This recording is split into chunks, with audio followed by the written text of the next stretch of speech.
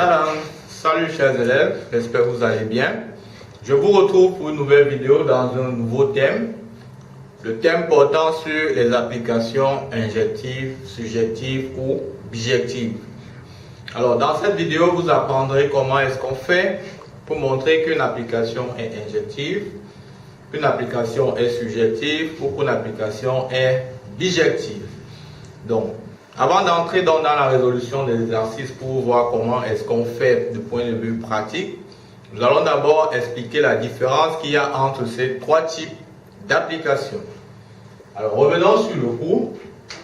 Vous voyez, F dans sa définition conceptuelle, il est pris comme étant la correspondance qu'il y a entre l'ensemble A et l'ensemble B.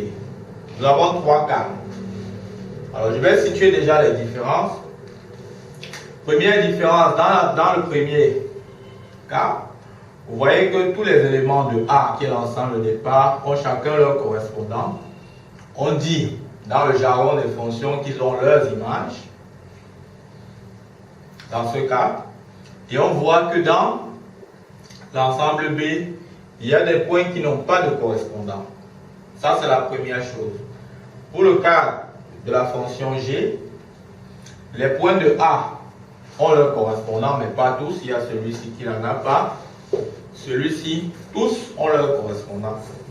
Et dans le dernier cas, vous voyez bien le dernier cas, voilà. Dans le dernier cas, les points de A ont tous leur correspondant et les points de B aussi ont leur correspondant. Alors, comment faire pour reconnaître qu'une fonction est injective, surjective ou bijective? Quand je regarde ce cadre, pour le savoir, vous devez vous concentrer ici, sur la colonne, sur l'ensemble d'arrivée. Tout se joue là. Alors, quand je regarde mon ensemble d'arrivée ici, on voit qu'il y a tous les éléments là qui ont un correspondant, sauf deux. Donc en fait, dans l'ensemble B, il y a des éléments qui n'ont pas de correspondant. Ça, c'est la première chose. La deuxième chose, c'est de savoir que chaque élément a un seul correspondant dans A. Donc, on appelle ça un antécédent dans A. Donc, on constate deux choses. Il y a des éléments. Quand un élément a un correspondant, c'est 1, automatiquement. S'il n'a pas de correspondant, c'est 0. Donc, autrement dit, chaque élément de B a au plus un antécédent. Voilà ce qu'on constate ici. Quand on dit au plus 1, c'est soit 0, soit 1. Quand je regarde pour G, première chose, tous les éléments ont correspondant. Deuxième chose, c'est que, voici par exemple un élément, lui il a 3 antécédents. Donc, pour résumer, je constate donc que dans B, tous les éléments de B ont au moins un antécédent. Et maintenant dans C, je constate que également tous les éléments ont un antécédent. Voilà. Et en plus, que chacun de ces éléments a exactement un seul correspondant. On va dire chaque élément a exactement un antécédent.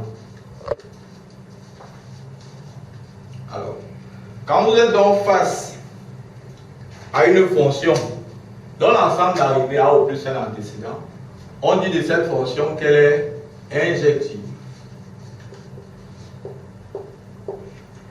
Quand elle a au moins un antécédent, c'est-à-dire que tous les éléments là ont au moins chacun un antécédent, on dit de cette fonction qu'elle est surjective. Et enfin, si tous ces éléments, chacun a exactement un antécédent, on dit de la fonction qu'elle est bijective. Voilà. Voilà donc la distinction qu'il y a entre ces trois fonctions du point de vue conceptuel. Maintenant, du point de vue pratique, comment je fais pour montrer qu'une fonction est par exemple injective, surjective ou bijective? Quand j'ai ma fonction qui est exprimée comme ceci, pour vérifier si elle est injective, surjective ou bijective,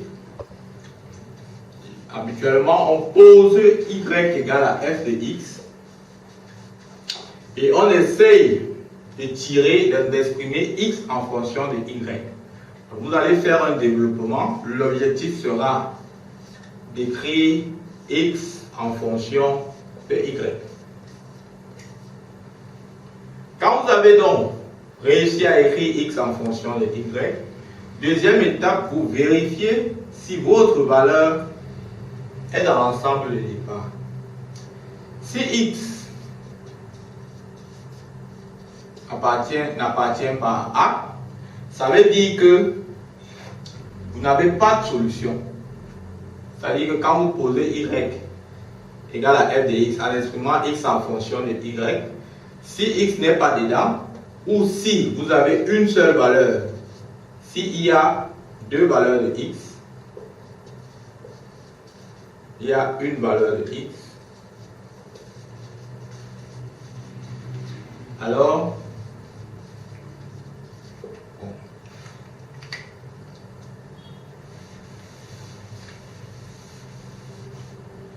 si en exprimant y égale à f de x, vous tombez à x en fonction de y, en cherchant à exprimer, vous tombez à soit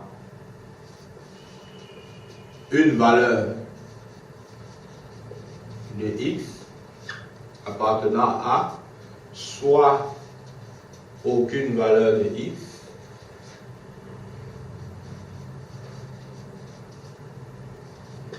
appartenant à A, alors forcément f est injective.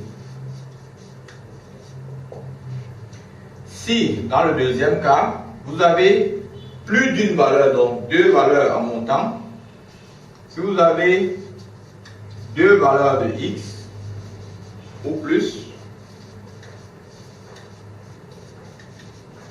alors f est surjective. Et enfin, si vous avez exactement une valeur de x,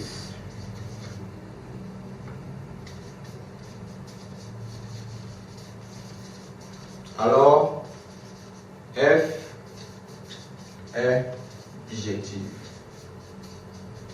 Donc pour résumer, si vous posez y égale à f de x, vous cherchez à exprimer x en fonction de y.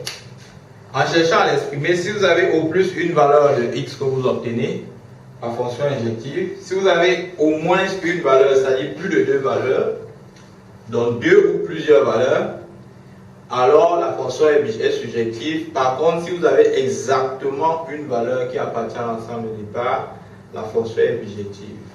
Donc dans la vidéo prochaine, nous allons voir donc, dans le cadre d'une activité comment est-ce qu'on fait quand on est face à une fonction. On va voir comment appliquer cela pour montrer qu'une fonction soit injective, soit surjective ou soit bijective.